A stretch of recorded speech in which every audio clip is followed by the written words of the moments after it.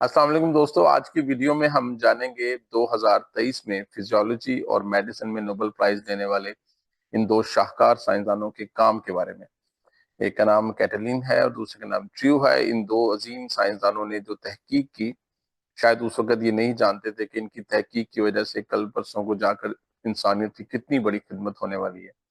यानी कि इन लोगों के काम की वजह से हम इस काबिल हुए कि 2020 में 21 में कोविड-19 की पैंडेमिक के दौरान जो है वो हमने वैक्सीन, एमआरएनए वैक्सीन बनाई, वो इन्हीं लोगों की तहकीक के नतीजे में मुमकिन हुआ।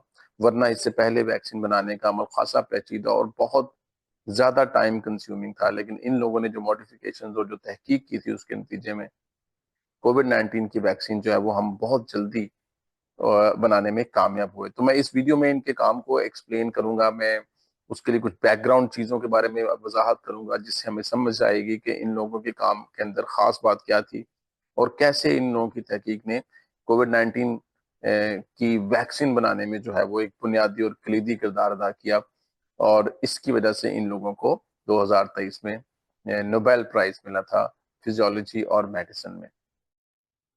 इससे पहले कि मैं आप लोगों को ये एक्सप्लेन करूं कि इन सार्स कोव 2 की वैक्सीन डेवलप करने में, एमआरएनए वैक्सीन डेवलप करने में इन लोगों का क्या कंट्रीब्यूशन था, हम इनके काम को समझने की कोशिश करते हैं कि ये लोग दोनों साइंसदान जो है वो किस नौयत का काम कर रहे थे, जिससे हमें इनके सार्स कोव 2 में कंट्रीब्यूशन, सार्स कोव 2 की वैक्सीन में इनके कंट्रीब्यूशन की समझ आएगी। तो ये बात जानने के लिए चलते हैं हम ना सेल्स के अंदर, के हम साइंसदान बहुत अरसे से सेल्स के अंदर प्रोटीन्स को प्रोड्यूस करते आ रहे हैं, क्लोनिंग और एक्सप्रेशन करते आ रहे हैं, बैक्टीरिया के अंदर भी और एनिमल सेल्स के अंदर भी। ऐसा कैसे होता था, ये हम जानने की कोशिश करते हैं। सेल के अंदर जो डीएनए होता है वो न्यूक्लियस के अंदर होता है और इसमें बहुत सारे जीन्स होते हैं। ये जो जीन्स होते हैं ये बहुत सारे एमआरएनए प्रोड्यूस करते रहते हैं, इनकी ट्रांसक्रिप्शन होती है जिसके नतीजे में बहुत सारे एमआरएनए बनते हैं। ये एमआरएनए न्यूक्लियस से बाहर जब साइटोप्लाज्म में आते हैं, तो यहाँ पर आने के बाद इनके ऊपर राइबोसोम्स अटैच हो जाते हैं और ये राइबोसोम्स ट्रांसलेशन करते हैं इस मैसेंजर आरएनए के ऊपर मौजूद इंफॉर्मेशन की, और उससे मुख्तलिफ किस्म की प्रोटीन्स बनती हैं। किस किस्म की प्रोटीन होगी ये डिपेंड करता है इस बात से कि कौन सा वाला मैसेंजर आरएनए है और वो कौन से वाले जीन से आया है। इसी तरह से जिंदगी जो है वो मॉलिक्यूलर लेवल के ऊपर काम करती है और उसके बाद ये प्रोटीन जो है ये जाकर अपना काम कर सकती है, ये अपना फंक्शन जो है वो एक्सिक्यूट कर सकती है। अब साइंसदानों ने इस काम को, इस नेचुरल फिनोमिने को हाईजैक करके अपनी मर्जी की प्रोटीन सेल से बनाने का गुर सीख लिया। ये काम करने के लिए वो डीएनए के बने हुए वेक्टर जो हैं, किसी ना किसी तरीकों से वो सेल्स के अंदर भेजते रहे हैं। ये वेक्टर्स, डीएनए वेक्टर जब सेल के अंदर चले जाते हैं तो सेल के अंदर जाकर ट्रांसलेशन मशीनरी उसी तरह से इन डीएनए वेक्टर्स को जो है वो इस्तेमाल करने की कोशिश करती है। लेकिन इसका रास्ता जो था वो ये था कि डीएनए किसी न किसी तरीके से न्यूक्लियस में पहुंचता था और न्यूक्लियस में जाने के बाद ये जो डीएनए के वेक्टर्स हैं, इनकी ट्रांसक्रिप्शन होती है और इनकी ट्रांसक्रिप्शन होने के बाद इनमें से मैसेंजर आरएनए बनता था और ये मैसेंजर आरएनए उसी तरह से न्यूक्लियस से बाहर आकर राइबोसोम्स की ट्रांसलेशन मशीनरी को तलाश करता था। वो उसकी ट्रांसलेशन करते थे, उससे प्रोटीन बनती थी और प्रोटीन अपना फंक्शन एक्सिक्यूट करती थी या सेल्स के अंदर प्रोड्यूस होती थी। तो बैरूनी जराए से भी ये मुमकिन था कि किसी सेल के इसी सिस्टम को इस्तेमाल करके प्रोटीन जो है वो बनाई जा सके, लेकिन ये डीएनए डायरेक्टली तौर पर किसी भी तरह से ट्रांसलेशन करने के काबिल नहीं था। इसकी वजह से इस प्रोसेस की एफिशिएंसी बहुत कम होती है। तो साइंसदानों ने सोचा कि क्यों ना हम ऐसा करें कि हम मैसेंजर आरएनए को, इन्हीं साइंसदानों ने सोचा कि हम क्यों ना ऐसे करें कि हम मैसेंजर आरएनए को डायरेक्टली तौर पर किसी तरह से सेल्स के अंदर भेजने का अमल जो है वो सीख लें। अगर मैसेंजर आरएनए किसी तरह से सेल्स के अंदर डायरेक्टली चले जाए तो वो राइबोसोमल मशीनरी के पास जाएगा डायरेक्टली तौर पर और वो हमारी मर्जी की प्रोटीन पैदा करेगा और उस प्रोटीन को हम इस्तेमाल सेल से निकाल कर इस्तेमाल कर सकते हैं या सेल को मजबूर कर सकते हैं कि वो उस प्रोटीन को इस्तेमाल करे। इस तरह से बहुत सारे जीन्स के फंक्शन को स्टडी किया जा सकता था, लेकिन इस प्रोसेस के रास्ते में कुछ रुकावटों का उनको सामना करना पड़ा। पहली रुकावट ये थी कि मैसेंजर आरएनए खुद बहुत ही ज्यादा अनस्टेबल मॉलिक्यूल है, इतना आसान नहीं है इसको हैंडल करना, इसको रखना। डीएनए को हैंडल करना जो है वो बहुत आसान है, ये बहुत स्ट्रॉन्ग मॉलिक्यूल है, स्टेबल होता है। इसके अलावा जब मैसेंजर आरएनए सेल्स के अंदर जाता है डायरेक्टली तौर पर, तो सेल्स के अंदर अपना एक इननेट इम्यून सिस्टम होता है। वो जो इननेट इम्यून सिस्टम है वो बहुत सारे कॉम्प्लिकेटेड सेंसर्स से मिलकर बना होता है, जिनमें सबसे मशहूर जो है ना उनमें से एक का नाम है टोल लाइक रिसेप्टर या टीएलआरस। इनकी भी कई किस्में होती हैं।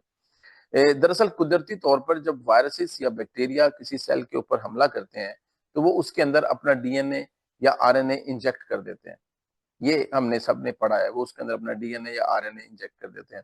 तो कुदरत ने हमारे पास एक इननेट इम्यून सिस्टम रखा हुआ है जो इन आने वाले वायरसेस के डीएनए, आरएनए या बैक्टीरिया से आने वाले डीएनए को डिटेक्ट कर सकता है।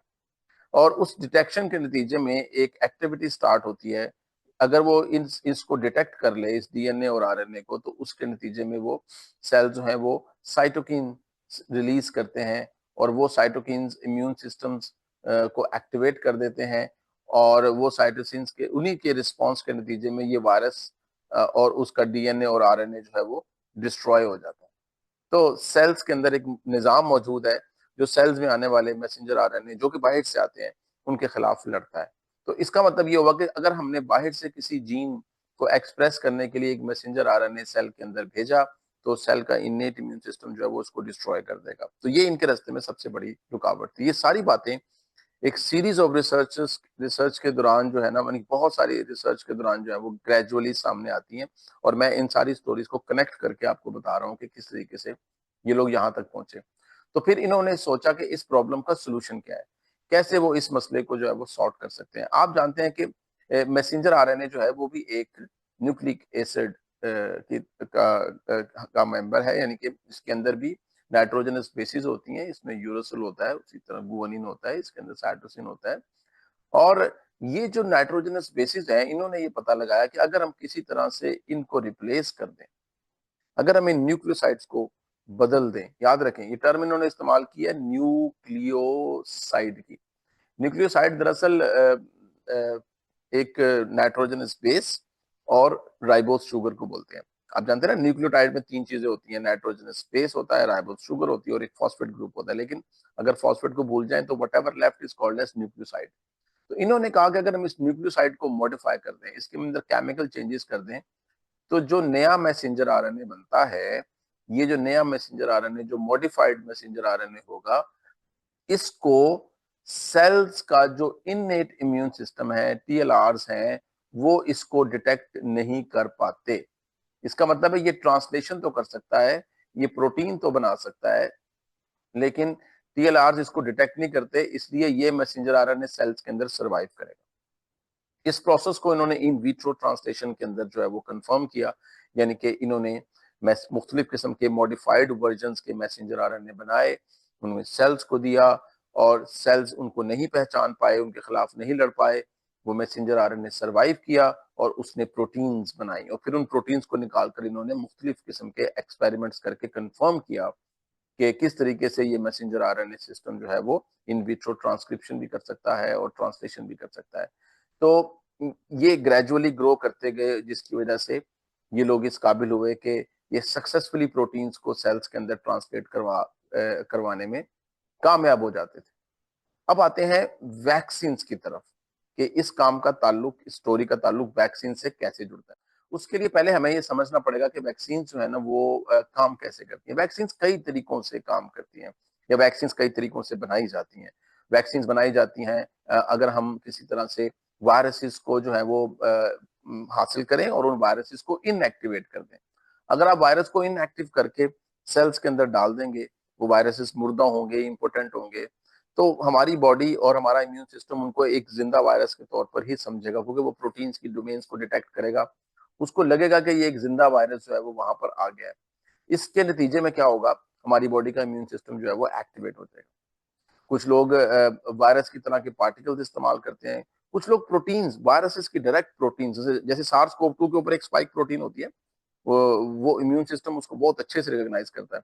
तो वो स्पाइक प्रोटीन्स को बैक्टीरिया में या दूसरी जगह पे प्रोड्यूस करके डायरेक्टली बॉडी में अगर इंजेक्ट कर दें, तो उसके नतीजे में भी बॉडी जो है वो उसके खिलाफ इम्यून रिएक्शन शो करेगी, उसके खिलाफ लड़ेगी, उसके खिलाफ एंटीबॉडीज बनाएगी और इस अमल को बोलते हैं वैक्सीनेशन। और हमारी बॉडी में जो इम्यून रिएक्शन के नतीजे में एंटीबॉडीज बनेगी, वो हमारी बॉडी को महफूज कर देंगी। कल को जब रियल वायरस आएगा तो हमारे पास ऑलरेडी उसके खिलाफ एंटीबॉडीज जो है वो मौजूद होंगी। तो लोग टिपिकली प्रोटीन से बनाते थे, वायरसेस से बनाते थे, लेकिन आरएनए डीएनए से वैक्सीन बनाना जो है वो बहुत बड़ा आइडिया नहीं था। और उसकी बड़ी वजह ये थी कि डीएनए और आरएनए वैक्सीन को सेल्स का अपना इम्यून सिस्टम जो है वो उससे लड़के उसको तबाह कर देगा। ये बात साइंसदानों के लिए एक बोटलनेक थी, जिसको इन दो साइंसदानों ने इस प्रॉब्लम को सॉल्व किया बाय मॉडिफाइंग द न्यूक्लियोसाइड्स। इन्होंने कहा कि अगर हम किसी तरह से ऐसा कर दें कि अगर हम इस यूरोसिल को बदल दें, यूरिटीन न्यूक्लियोसाइड इसको बदल दें, इसको मॉडिफाई कर दें, और फिर उसकी अगर हम इन विट्रो ट्रांसक्रिप्शन करें तो जो आरएनए बनेगा वो आरएनए जो होगा उसकी ट्रांसलेशन हो सकती है, उससे प्रोटीन बन सकती है, और उसको वो इननेट इम्यून सिस्टम को यानी कि टोल लाइक रिसेप्टर्स को और साइटोकिन्स को एक्टिवेट नहीं करेगा। ये वो खास बात थी जिसकी वजह से हम मैसेंजर आरएनए का डिजाइन करने में कामयाब हुए। इन्होंने न्यूक्लियर बेसिस डीएनए बेसिस को मॉडिफाई करने का तरीका डेवलप किया, उसको ऑप्टिमाइज किया, और फिर ग्रेजुअली हम इस काबिल हुए कि हम किसी भी मैसेंजर आरएनए को इस्तेमाल कर सकते हैं सेल्स के अंदर। अब वैक्सीन बनाने में इसका इस्तेमाल कैसा था या किस तरह से था, ये बात जानने के लिए देखते हैं कि वैक्सीन के लिए अगर हम चाहते हैं कि इसमें इस प्रोसेस को अगर हम इस्तेमाल करें वैक्सीन बनाने में, इन्होंने इसको कैसे इस्तेमाल किया, एक बार इसको देखते हैं। Let's see.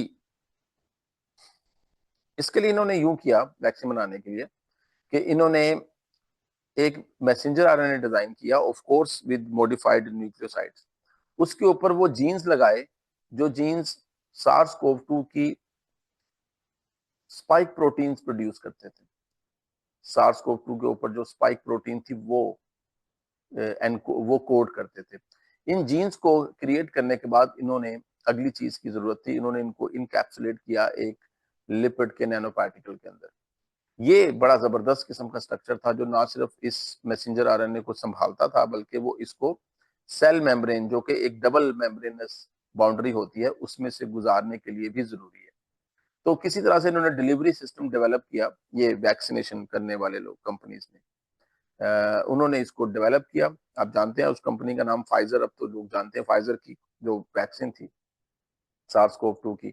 उन्होंने इस डिलीवरी सिस्टम को डेवलप किया लिपिड से बने हुए, जिसके अंदर वो मैसेंजर आरएनए था जो कि टूट फूट जाता अगर उसके अंदर मॉडिफाइड वर्जन ऑफ न्यूक्लियोटाइड्स नहीं होते। तो ये कार्गो जो है जब डिलीवर होता है तो ये साइटोप्लाज्म के अंदर डायरेक्टली तौर पर मैसेंजर आरएनए को छोड़ देता है। अब साइटोप्लाज्म के अंदर आप जानते हैं साइटोप्लाज्म, ये फॉर एग्जांपल अगर ये न्यूक्लियस है, साइटोप्लाज्म के अंदर ट्रांसलेशन मशीनरी होती है। Within no time translation machinery इस मैसेंजर आरएनए को रिकॉग्नाइज करेगी, इसको इसको ट्रांसलेट करना शुरू कर देगी, और इसके नतीजे में आप जानते हैं क्या बनेगा। इसके नतीजे में वायरस की स्पाइक प्रोटीन्स बनेगी। ये स्पाइक प्रोटीन्स का सेल्स में बनना हमारे नेचुरल इम्यून सिस्टम को ट्रिगर कर देगा। जो हमारा नेचुरल इम्यून सिस्टम है जो कि बीटा सेल्स या टी सेल से मिलकर बना हुआ है, वो इनको रिकॉग्नाइज करेगा और इनके खिलाफ एंटीबॉडीज प्रोड्यूस करना शुरू कर देगा। ये जो एंटीबॉडीज अब पैदा होंगी, these antibodies are produced against the spike proteins of the SARS CoV 2 virus. इसका मतलब ये हुआ कि अगर सच में सार्स कोव 2 वायरस आएगा तो इन एंटीबॉडीज की पहले से बॉडी में मौजूदगी की वजह से हमारी बॉडी उसके असर से महफूज रहेगी, और इस तरीके से वैक्सीनेशन हो जाएगी। कमाल की बात यह है कि जो सेल्स का अपना इननेट इम्यून सिस्टम है, इसको तोड़ने के लिए मैसेंजर वो काम नहीं करेगा, बिकॉज ये जो मैसेंजर आरएनए आया है ये मॉडिफाइड न्यूक्लियोसाइड्स की वजह से आया। इसमें मॉडिफाइड न्यूक्लियोसाइड्स मौजूद है जिसकी वजह से टॉल लाइक रिसेप्टर्स इसको सेंस नहीं कर पाएंगे, साइटोकिन्स एक्टिवेट नहीं होगा, और ये मैसेंजर आरएनए सर्वाइव करेगा, ये ट्रांसलेशन करेगा महफूज तरीके से, स्पाइक प्रोटीन्स प्रोड्यूस करेगा और इम्यून रिएक्शन को ट्रिगर करेगा और वैक्सीनेशन कर पाएगा। तो अगर हम इस सारी स्टोरी को इकट्ठा करें तो इन लोगों की तहकीक ने हमें इस काबिल किया कि हम ये modified version of messenger RNA बनाकर किसी भी सेल के अंदर डायरेक्टली तौर पर मैसेंजर आरएनए छोड़ सकते हैं। एक बार मैसेंजर आरएनए सेल मेम्ब्रेन की बाउंड्री को क्रॉस किया तो समझें कि वो ट्रांसलेशन शुरू कर देगा और प्रोटीन बनाएगा, और इम्यून सिस्टम ऑटोमेटिकली बाकी वाला काम जो है वो खुद ब खुद कर डालेगा। तो आप समझ सकते हैं कि इस काम को करने के लिए एक हमें ये चाहिए, और दूसरा ये हमें पैकिंग के लिए एक स्पेशल किस्म का पैकेजिंग मटेरियल चाहिए। ये एक और कंपनी से आया था जिसको बोलते हैं बायोनटेक। इसलिए अगर आप याद करें तो उस वक्त सार्स कोव 2 की वैक्सीन का नाम फाइजर बायोनटेक था, यानी कि वो बायोनटेक कंपनी दरअसल ये पैकेजिंग मटेरियल बनाने वाली एक माहिर कंपनी थी जर्मनी की।